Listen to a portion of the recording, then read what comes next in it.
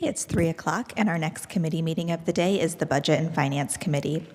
Those committee members are Lombardo, Amobian, Fusco, Boyes, and Bolden. We do have all committee members present whenever you're ready, Mr. Chair. Thank you, Clerk Viviano. I'd like to get a approval of last week's meeting minutes. So moved. Second. Motion and a second. All in favor? Aye. Any opposed? Very good. We have 3 items coming before us for today's Budget and Finance meeting. The first being an ordinance authorizing the mayor or his designee to enter into a contract with Tyler Technologies to purchase the Odyssey e-filing module of the Odyssey Case Management System, CMS, and declaring an emergency. I'm up here because all those seats are taken. Oh, okay. So, Well, our law Matz, law director, Deb department. Matz. Thank you. So this is, I think, basically the final piece of this puzzle that we are going to have to purchase to make the Tyler, it's actually now called Enterprise Justice. It was Odyssey when we started this process, but they have now renamed it Enterprise Justice, to enable folks from the outside to e-file documents, both criminal and civil, into the new case management system. This assists us with virtually becoming paperless, which I think is a huge step forward. It also makes the filing process more efficient because it can be done 24/7. You don't have to go into the clerk's office to drop a document off. So I think it's, and the cost is for the first year $65,000, thereafter $25,000 a year. Assuming we don't have enough filings to meet $25,000 a year as a threshold. And what that means is if we don't get to at least $25,000 worth of filings, whatever the difference is between what we get and $25,000 is what we pay. So it wouldn't even actually be $25,000. But that's the worst case scenario. Okay, very good. Thank you. Do we have any questions from our committee members today? Or any other council members?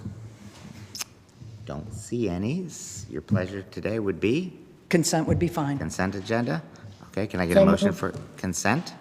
So moved. Second. And a motion and a second. All in favor? Aye. Any opposed? Thank you. Consent agenda. Thank you so much for coming today. Next item here is a resolution adopting an annual operating budget for the fiscal year 2025 and declaring an emergency. We have so many members from our Thank you, brain Mr. trust here, but we'll start off with Mr. Fricker. Thank you, Mr. Chairman. So this is the first of 2 pieces. There are traditionally 2 pieces of legislation associated with the operating budget. The first of which is this piece, which is a resolution to have council adopt an operating budget. So, this goes in tandem with the second piece, which is the appropriation ordinance. So this is necessary in order to adopt the budget. Okay. We have any questions on the resolution? I think so. Motion for a refer is on the floor by Councilman Fusco. Is there a second? Second. Second. To refer. All right, all in favor? Aye. Any opposed? Very good. Third item is a ordinance to make the annual appropriation for current expenses and other expenditures and the capital outlays of the City of Akron for the fiscal year ending December 31st, 2025, and declaring an emergency. So, again, Mr. Fricker, Thank you, start off Mr. with the budgeting. Thank you, Mr. process. Chairman. So this is the appropriation ordinance. This is the ordinance that that basically defines the expenditures for each department and fund within the City of Akron for our 2025 operating budget. So this will replace the temporary budget that we passed last year that is currently in place once this budget is passed, and this will serve as the initial budget for 2025 for the city. Very good. We have any presentation or comments from Mayor Malik is here. Thank you. Absolutely. So, today we'll have the budget overview. And then obviously over the next few days, we'll have the individual presentations from different departments. We look forward to engaging in this process with all of you, both the Budget Committee and every member of council. So we are proud here to present the proposed 2025 operating budget to Akron City Council. This budget proposes $798 million in expenditures, which is a 2% increase, a 2% decrease from the 2024 operating budget. 71% of the expenditures from the general fund will go towards staffing, and the budget includes a forecasted 2% cost of living estimate, which has not yet been finalized. We have considerable uncertainty and revenue constraints, but this year's budget prioritizes four things, as you can see on the screen. Public safety is this administration's highest priority, with a focus on maintaining the current high level of police and fire staffing, continuing to deliver core city services, targeted investment in innovative programs around gun violence, prevention, youth opportunity, education, and more, and fourth, fiscal responsibility as a cornerstone. Diving into public safety, we are budgeting for 488 uniformed police officers, maintaining, as I mentioned, the current high level of police staffing. The police department currently has a class of 28 police recruits going through the academy and is budgeting for a class of equal size to begin towards the end of the year. We're budgeting for 402 firefighter medics uniformed, which maintains, again, the current high level of fire staffing. Akron Fire is budgeted to graduate one class of cadets this year with 28 new firefighter medics, the class that is currently in progress.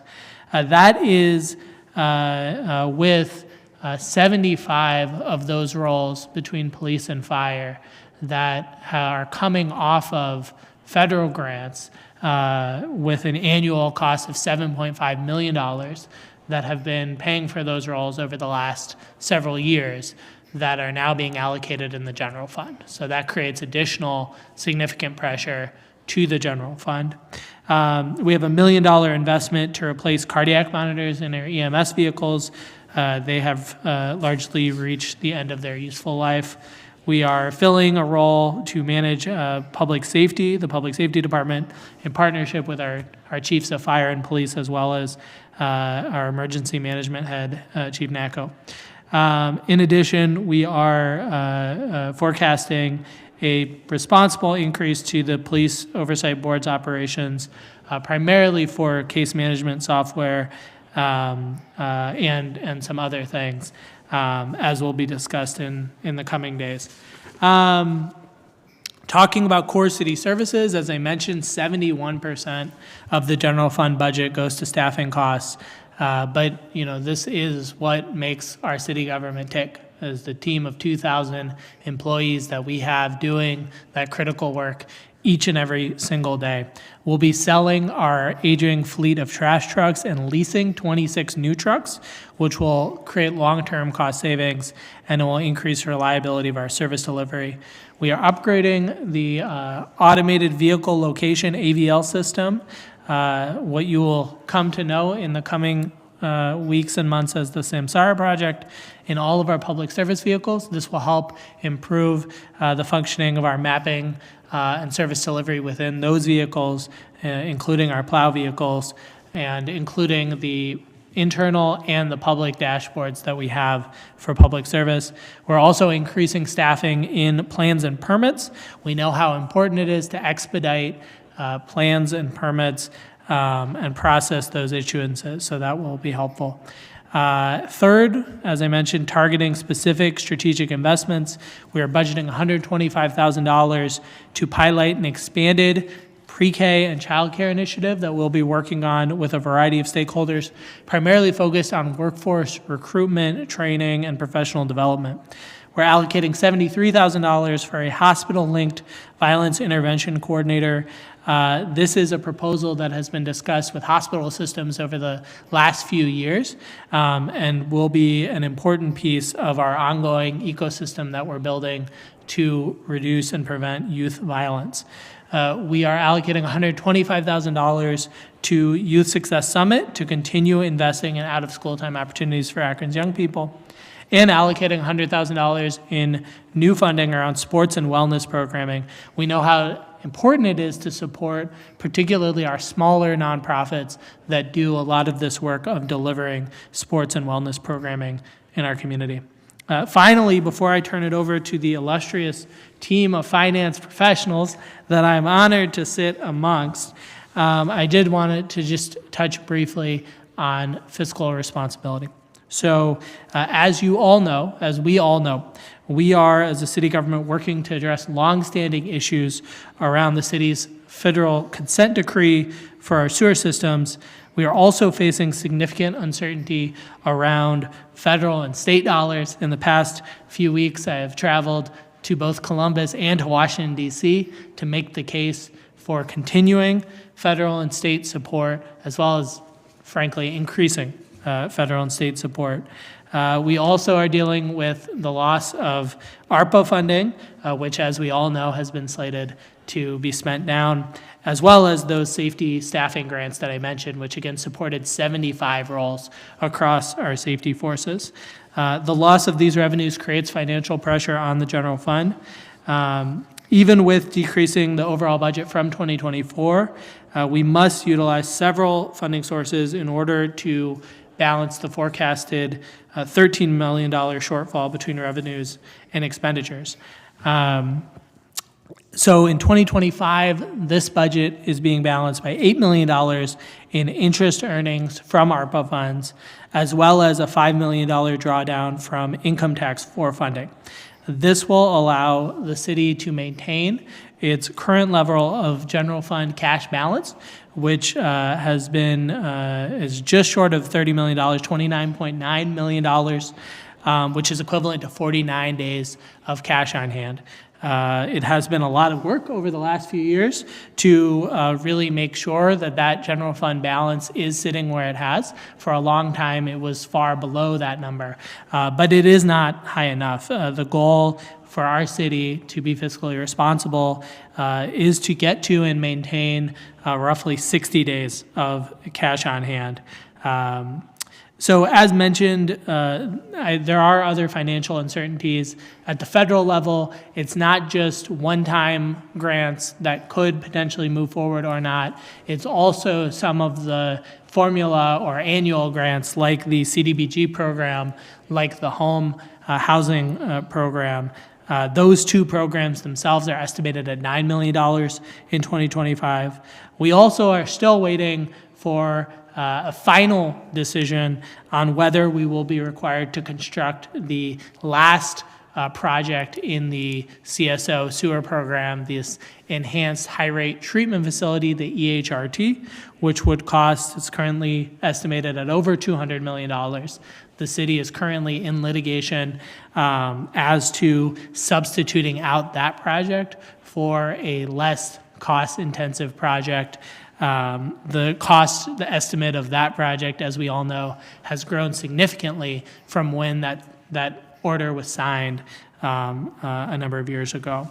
The projects we are seeking to substitute would have, we are arguing, substantially more environmental benefit than that EHRT, so we are still hopeful that we'll be successful there. Finally, I just want to acknowledge the importance of us all working together on these issues going forward. My administration will continue to evaluate new potential revenue sources, including advocating this year for new public safety funding at the state level through the current state budget process with the Ohio Mayor's Alliance. We are looking at the potential for new support for stadium projects that is currently proposed in Governor DeWine's state budget. We are also looking at restarting photo speed enforcement in school zones, which was suspended a number of years ago during the pandemic. This is not just about revenue. This also significantly aligns with the goal that I know many of us share around reducing speeding in our neighborhoods. Finally, we will also look to find efficiencies and decrease expenditures within our budget as appropriate. We will seek to maintain and prioritize our proper staffing levels, as this budget does. So there will be this balance between delivering the highest service levels possible while at the same time being fiscally responsible. So that is what I have for you today. We have more details from our finance director and our deputy director. I want to thank both of them, including Mr. Wheeler doesn't want me to tell you, but it is his birthday. In addition, so happy birthday, Mr. Wheeler. In addition, I want to thank the amazing team we have in audit and budget for the city of Akron. I also want to thank the communications department and Stephanie Marsh. There are many, many people across the city who helped put together the budget presentations that you'll hear over the next few days. I think all of us know that it's an opportunity that we hear some amazing stories about the work our city is doing and have important conversations. So I look forward to having those important and candid conversations with all of you as we do this important work. With that, I'll turn it over to Steve Fricker. Well, thank you, Mayor Mallon. Just wanted to remind everybody, whether it's council people here or at home, we have the presentation that Sarah mailed out, so you can follow along if you can't see the screens. Right, and a couple, and maybe we'll do this after the presentation, do have a couple housekeeping items about where some of the information associated with the budgets, so all of you should have received an email with a link similar to what we've done in the past that will have a folder with all of the documents that we will post. So those will all be available. We just posted a bunch this afternoon, and as there are questions and additional information that we need to share, we'll be using that directory to post those documents. Thank you. So a little bit about the assumptions that we use for the 2025 operating budget. We have a 2.5% estimated growth in our income tax revenue. And that's really based on historical trends that we've seen. We've been fortunate that we've actually had a little bit stronger growth than that over the past couple years, where that growth has been about 5%. But then obviously the year prior to that, we had negative growth. So by and large, when we look at historical trends over longer periods, we're generally in the 2 to 2.5% range. So that's what we have chosen for our income tax revenue growth assumption for this year. The local government revenue, we've really kind of stabilized in the area of about $8.3 to $8.4 million this year, using the state's forecast, which they put out a forecast for every city in the state in terms of what that estimated local government revenue will be. It's about $8.5 million. So I did use the state forecast for the local government fund.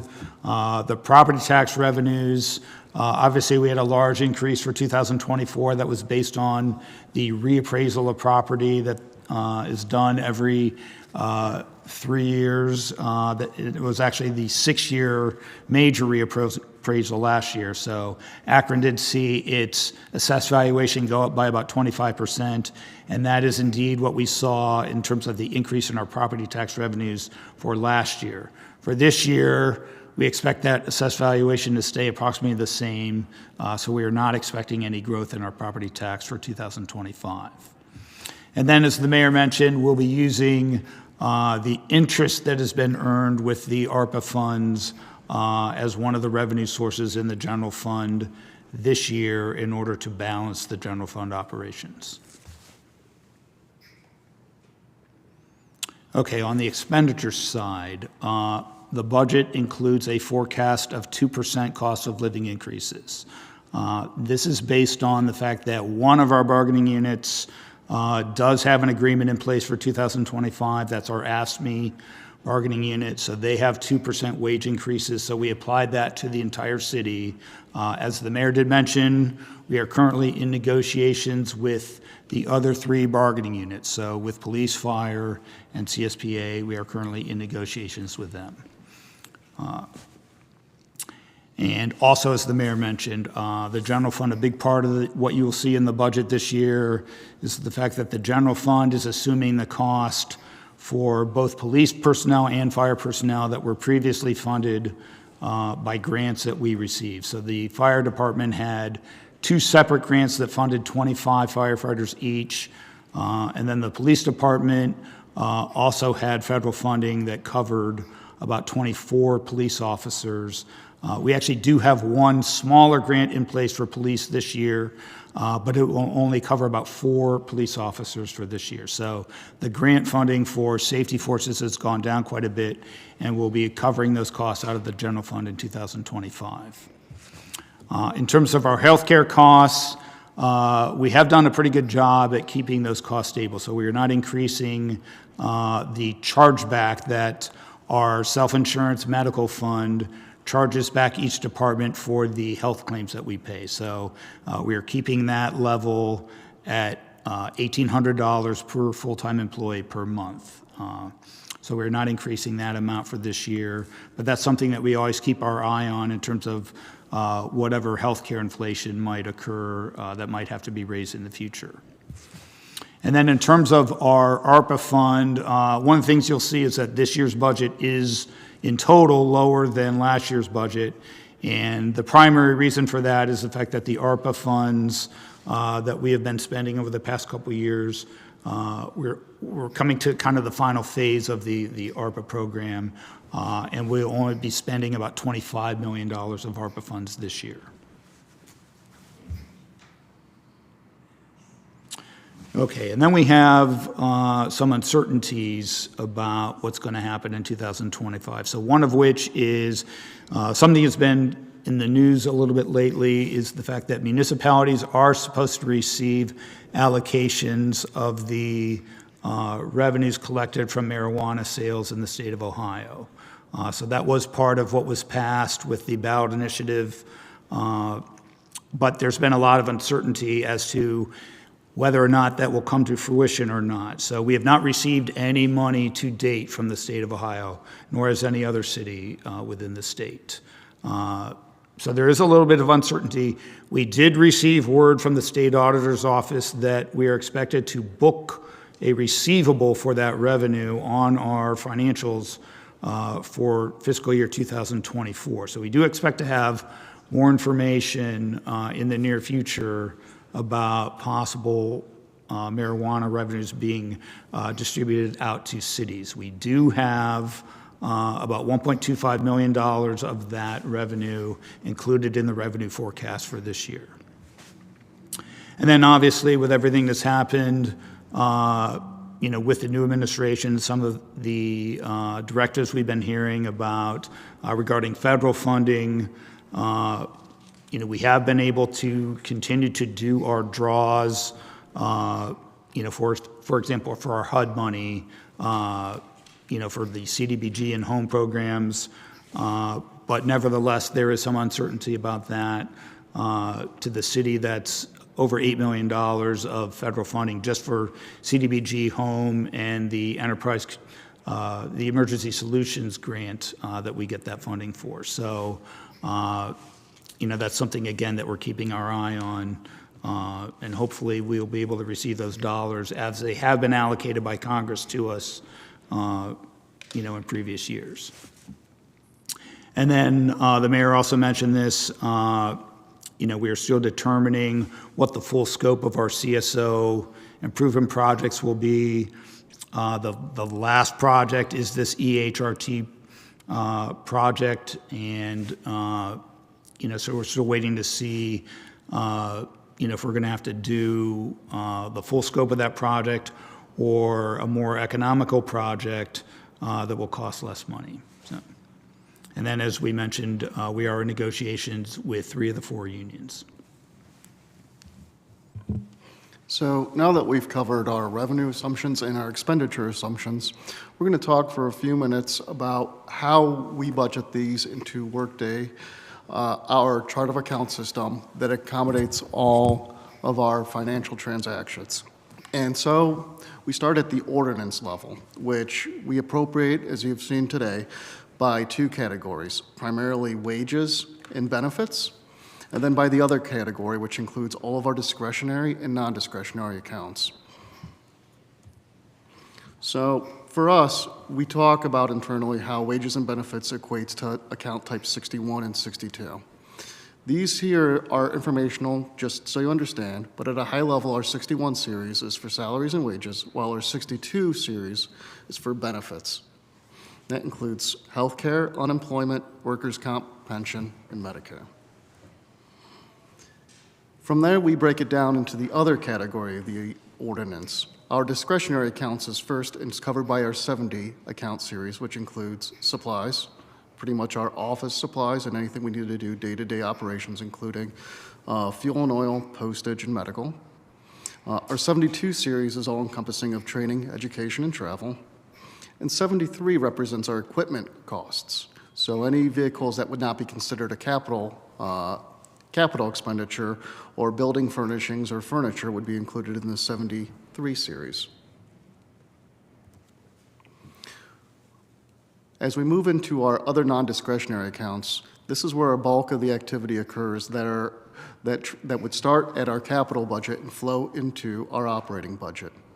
So we have our 80 series, which is service contracts, 81 rentals and leases, including the leased vehicles that we'd be doing this year with the Packers. 82 represents all utilities that the city uses on a daily basis, including gas, electric, steam, phone, and tipping fees. 83 represents our debt service, payments made for our outstanding bonds, notes, loans, leases, and interest.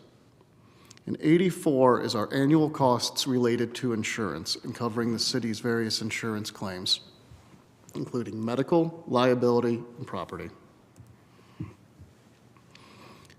85 is our intergovernmental, so expenses between the state of Ohio, property taxes, or even intergovernmental such as the county.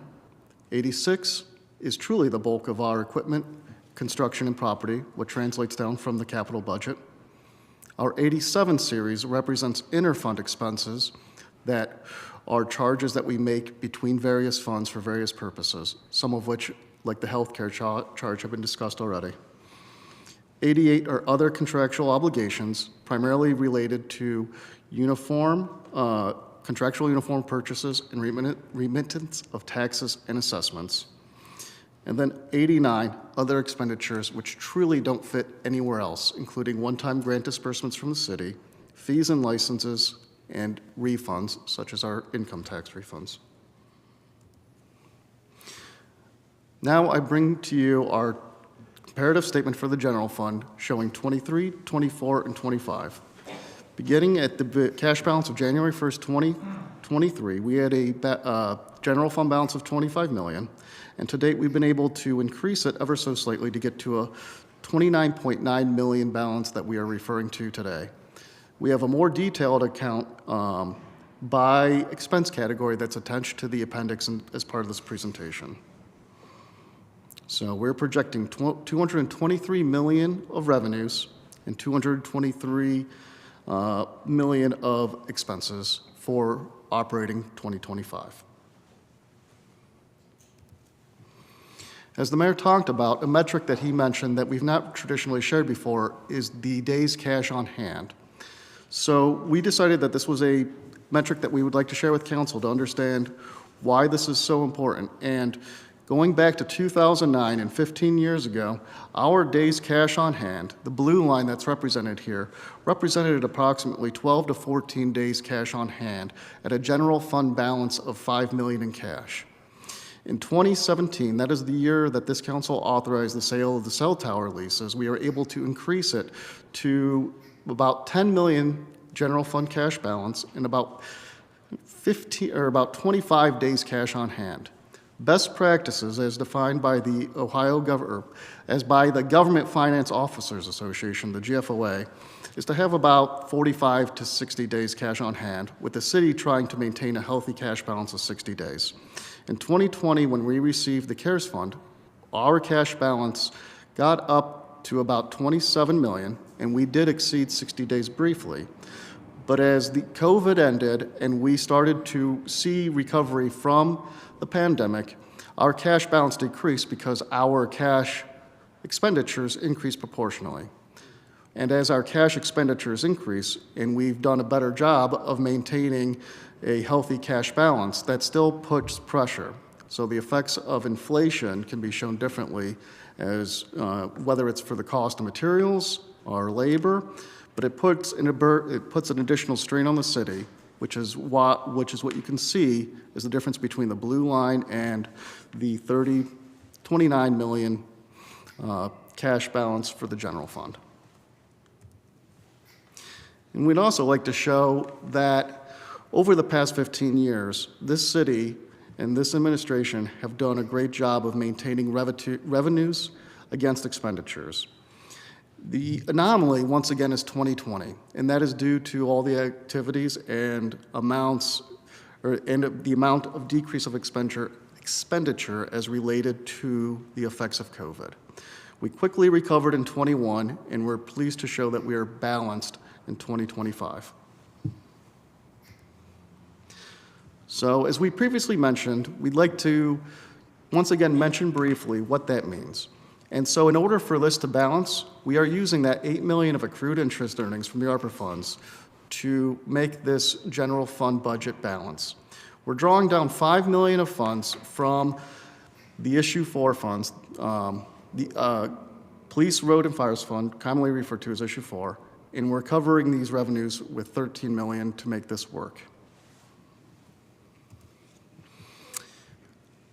And to circle back, last year, ARPA and the obligation period came to an end. We did a small presentation to council about what the substitution process would look like. And these are the programs that are being funded now by the general fund. So considering that there is some construction costs that are related to both Patterson and Reservoir, while we are budgeting the full amount this year, this could be rolling into 2026 as well. And then this final slide here represents the ARPA direct funded projects for 2025. So this includes the projects that we've moved in, like Revise, Sasaki, the corrections contract, and the public health contract, along with the contracts that are moving forward. So there's still a significant amount to payments that are due for the construction of the community centers and the pools, and we expect to draw about $25 million. So there will still be roughly about a couple million that will be paid out in 2026, and we are more than on track to spend all of the ARPA funds in a timely fashion, which has a date of 12/31/2026. Next is a staffing comparison. We wanted to show that while we as a city, we've talked about the days cash on hand, we've talked about metrics in terms of how we've balanced the budget. Starting in 2005, this city had 2,314 full-time employees. Beginning with the effects of the housing crisis and the crash of 2008, we've adjusted to make that work, primarily through attrition and a few other things, such as when the city merged the health department with the county. Coming out of that, we began adding staff again in 2015 and really accelerated with the help of the ARPA funds in 2021. So this is just another example of how we are trying to be mindful of the environment that we are in and how we can fiscally stabilize the general fund balance. So that's the end for the presentation, but before I leave you, we have an appendix that does have additional information in there, and I'm just going to briefly go through some high-level stuff. So we have a full comparative statement broken down by the different categories. We have beginning cash, expenditures, and ending cash by fund for each of the funds that we're appropriating in the budget. We have a 3-year comparison of revenues, so 23 actual, 24 actual, and 25 budgeted. And the same with the expenditures. So 23, 24, 25 by fund. We also have a staffing comparison that breaks it down what the city looked like in terms of department and how many each department was budgeted for in 2005, and contrasting it with 2025 employees by department. So that way we can show how we've adjusted over this 20 years. And with that, I will thank you and take any questions. Thank you very much. Is there any questions from our committee members? A couple quick questions. Appreciate the budget versus actuals. That's kind of helpful to me. Question I have, miscellaneous on the cash revenue part. I know we talked about the 2% increase and things like that. The bottom of the miscellaneous revenue, you've got like 11.9 thousand more expected. Is that the marijuana funds expected compared to last year? You've got 35,147 to 23,238. Yeah, that's a combination of things. So not only is that marijuana necessarily Possible, I marijuana mean. in there. Yeah. So marijuana is in miscellaneous, but it also includes the drawdown of the ARPA interest and funds Okay. that would be coming in That's from the included in in-fund there. Okay, charges. great. Yeah. Great. Appreciate it. Thank you, Councilman Bolden. Another? Other question, Go ahead. and I just noticed from experience, utilities, as far as gas and electric, I know I'm renegotiating gas and electric for the church that I'm a trustee of, and these are literally skyrocketing. It's ugly. We're looking at a big chunk of money, and I'm trying to see if it reflects that. I guess, I don't know. You may be low there. I just checked myself, and it's scary, unless you're locked in. If you're locked in. Ours have been relatively stable over the past couple of years. Now, keep in mind, there's things in there that are beyond,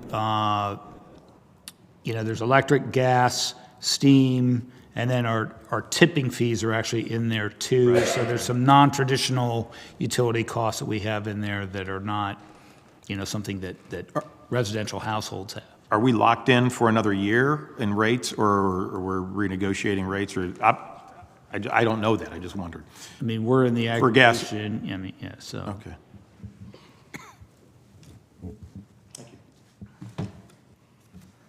Councilwoman Tina Boyce. Thank you. My question, a little more longitudinal. So the ARPA, some of the ARPA programs, some of them seem like they have a sunset, like the program itself is for a period of time, or it's capital or whatever. Have you thought about some of these? I can't tell if they're ongoing programs. How are you considering that post 2026, I guess? So I think that's something that we are kind of evaluating, as these programs, a lot of them have been funded by ARPA. So for example, the Youth Success Summit is something that was originally funded under ARPA, but now we are using a little bit of general fund dollars to fund. So some of these we are going to, transition over to permanent funding now that the ARPA funding is ending. I'd like to add that some of this truly was designed back in 2022 to be one-time projects. So like the council doorbell camera program was one that we got the cameras, we got it out. Another good example would be one-time funds for some of the CDCs to help them through the pandemic. Just to the third follow-up, and it's a really important question. I think the reality is that there was a lot that ARPA allowed us to do, and I think we're trying to think about where we can be more targeted, right? So through the violence intervention and prevention funding, we're able to fund, I think, roughly 40 nonprofits. Well, we don't have the funds to do that same level of operating funding. But maybe if there's 3 nonprofits that are working together, we can, allocate 20,000 or 25,000, right? If there's ways that we can carve out some funding for sports and wellness was kind of a subsect within that we thought needed more focus and needed more attention. So we're trying to be as targeted and discerning with what should continue. I think ARPA, from my perspective, was always intended to help us innovate, but also to figure out then what are kind of those permanent things that we're going to need to find revenue sources. So, this is a budget that seeks to be more limited while making a couple of investments where it is more targeted. And I appreciate that. I'm just thinking, it's hard to take something away once you've rolled it out, and funding may not be there. So I just, want to be cautious of not getting too far ahead into future programming if there's a sunset to the funding. And in many cases, this has been a repeated conversation over the last several years, in particular last year, letting folks know that, the expectations versus reality might be something different, right? And so we're going to do what we can. We all know that we would like to do much more than we can, but, trying to be clear about those expectations.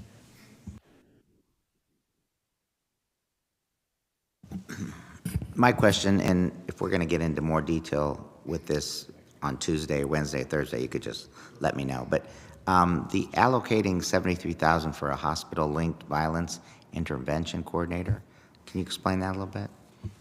Sure, I can. I think tomorrow, Rochelle Wardell, who's the education and health strategist, can talk about that a little bit more. But this is really the idea of having some kind of person who can help when a shooting occurs, and particularly young people go to the hospital, to kind of arrive there and to really kind of be the point person to help refer for resources to prevent retaliation. And this is something that we've been working on, I think, over the last 3 or 4 years, and really talking with the hospitals about partnering around this, and there's been interest. And so this was kind of, last year, the focus was on the Credible Messenger program, and this year it's I think we're going to get to the point where we can do this as well, but it'll rely on really partnership with the hospital systems. Very good, thank you. I see Councilwoman Linda Amobian. Thank you, Mr. Chair. Just a couple questions. You just asked the one I had. With regard to the Citizens Oversight Committee, can you talk about that a little bit? Because I know, and you're probably going to get into more details this week, but I know they've had a full year. At least they've been operating a full year, and they have some staffing and all of that. What are we looking at? I know that they were asking for certain things. Can you speak to that briefly? Yeah, so this is something that we've closely and carefully considered. And so the Oversight Board voted on a proposed budget that they put forward. We both reviewed it within the administration and within finance, and also had some conversation back to the chair of the board and to Mr. Fennell, the auditor. And I think put forward some increases, not proposing all of the increases that they did. I think how this will work, because it is a little bit of an unusual situation, right? Like the courts or others, they're independent. And so I think tomorrow the board will itself present. I think you'll have in front of you what the administration has put forward, as I think we're required to put forward something, but also, the board will be able to kind of justify and explain and take questions about what they have suggested. And so certainly, I'm sure that will be a point of discussion with council in the next few weeks. But we have had discussion with them and thought that we would find ways in which it is appropriate to make some increases. I think the other point that I would just highlight is that per the charter amendment, once the budget is increased to a certain level, it cannot be decreased unless there are certain things that occur that would require across the board cuts for the city government, right? Essentially to prevent the board from being defunded. With that in mind, I think there are some one-time costs that are in the request. And so for those one-time costs, those are not necessarily reflected in the oversight board budget. I think one is the IT system is in the finance citywide budget. That's in the notes on the oversight board section. It's not meant to be hidden. It's just meant to reflect that if this is truly a one-time cost, we don't need to put it in a budget fund that can never be reduced. So. That sounds good. Mr. Chair, if I can continue. APS, we heard the presentation today, and we heard two. And we know that we don't know what this federal government is doing, but locally, we're going to try to keep our partnership with the school system as strong as possible. Uh, are we looking to increase what we do there, or what are we looking to do? Yes, The APS. absolutely. So two things, and then I turn it over to Mr. Fricker. Part of the city's long-term commitment to our public school system, as we all know, since 2003, has been that 0.25% income tax revenue that is dedicated to financing the construction of the community learning centers. Every other major Ohio city, the largest Ohio cities other than Cincinnati, is operating on a 2.5% income tax. We are effectively operating on a 2.25% income tax for everything other than the CLCs, right? And we still have roughly $200 million in debt associated with the CLCs through 2033, which will require us to, that is what that money is committed to until 2033, when that 0.25% expires off the books. And so with that in mind, there is a fund balance there, but I think that is needed to make sure that we are paying down that debt. That debt is actually pledged against the whole 2.5% income tax, which is notable. So we do have to be careful with how we use those funds. There are some, what's the word?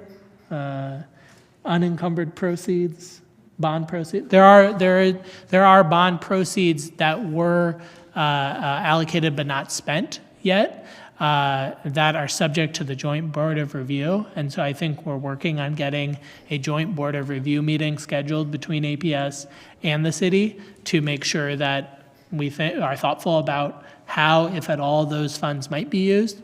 And obviously that Joint Board of Review involves council as well as the administration.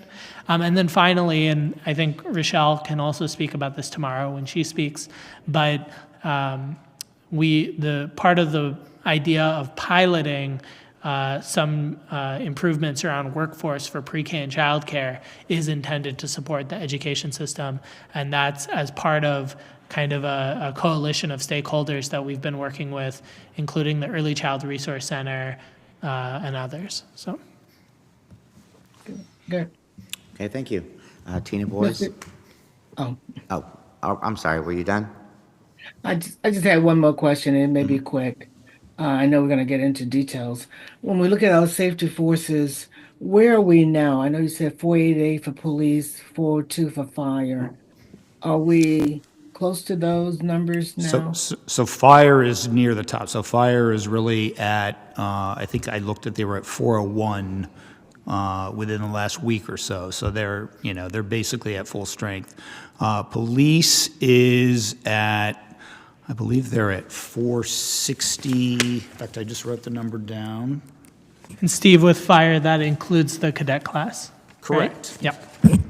Yeah, so police is at 464 right now, which they would get to hopefully a strength of about 488 at the end of the year. So there will be, well, there's a couple things. So there will be a second class that gets hired at the end of 2025. And then we also hope to do some lateral hires within the police department. So officers that have worked in other municipalities that already have their OPATA certification, looking to hire some of those. And obviously you could essentially fast track those employees, and the training that they have to go through would be shorter than hiring a rookie police officer. So hopefully a combination of a new class and some lateral hires throughout this year to get to a higher strength at the end of this year. Have you factored in retirees too? Potential retirees? Yes, there will be a number of retirements, so that's all factored into the budget. Yeah. Okay, thank you. Thank you. Thank you, Mr. Chair. Thank you. I just had a question. One of the things I noticed, the JED income, the revenue versus expenses, I was just kind of comparing, And I've noticed kind of we're a little bit lower on revenue in 2023. We were making money in 2024. This year, we're expected to, be a little bit lower than the income on expenses. What expenses are included in that? In the JED JED, fund? yes. Yeah, so the JED fund is a combination of a lot of the contractual components that we have. So we pay, so the taxes that are collected from the Bath Fairlawn JED, we share half of that with Fairlawn. So that's probably the biggest chunk that we have. And then we also have tax sharing with all of the individual townships, where they basically get a third of all of the additional taxes that were collected after Akron raised its rates, both to 2.25% and to 2.5%. So that is shared with the townships. And then we also have tax sharing with the Akron Public Schools as part of our agreements with the schools, and that includes both TIF and JED tax sharing. And then we also have, we do have some operations funded out of the JED. So we have some of our recreation operations are JED funded. Then operations within our integrated development department, small grants for businesses, some of our efforts along attracting business, our BRE functions are included with JED funds. And then all of our Lock 3 operations are funded out of JED as well. Got it. So I was thinking of it more in terms of, what is the cost of doing the JED? But these are just things we fund through the JED, is what you're explaining. Right. Expenses are just what we Yeah. fund through the JED. Got it. Thank you. Thank you. Any other questions? I don't see any other questions. This no doubt will be continued throughout this week.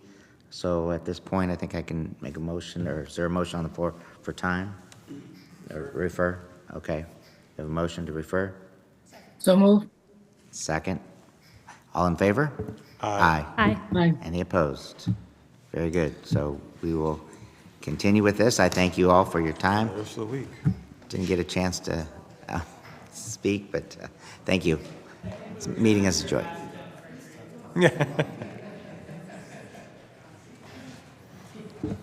That is our final committee meeting of the day. Council will meet in regular session at 6:30.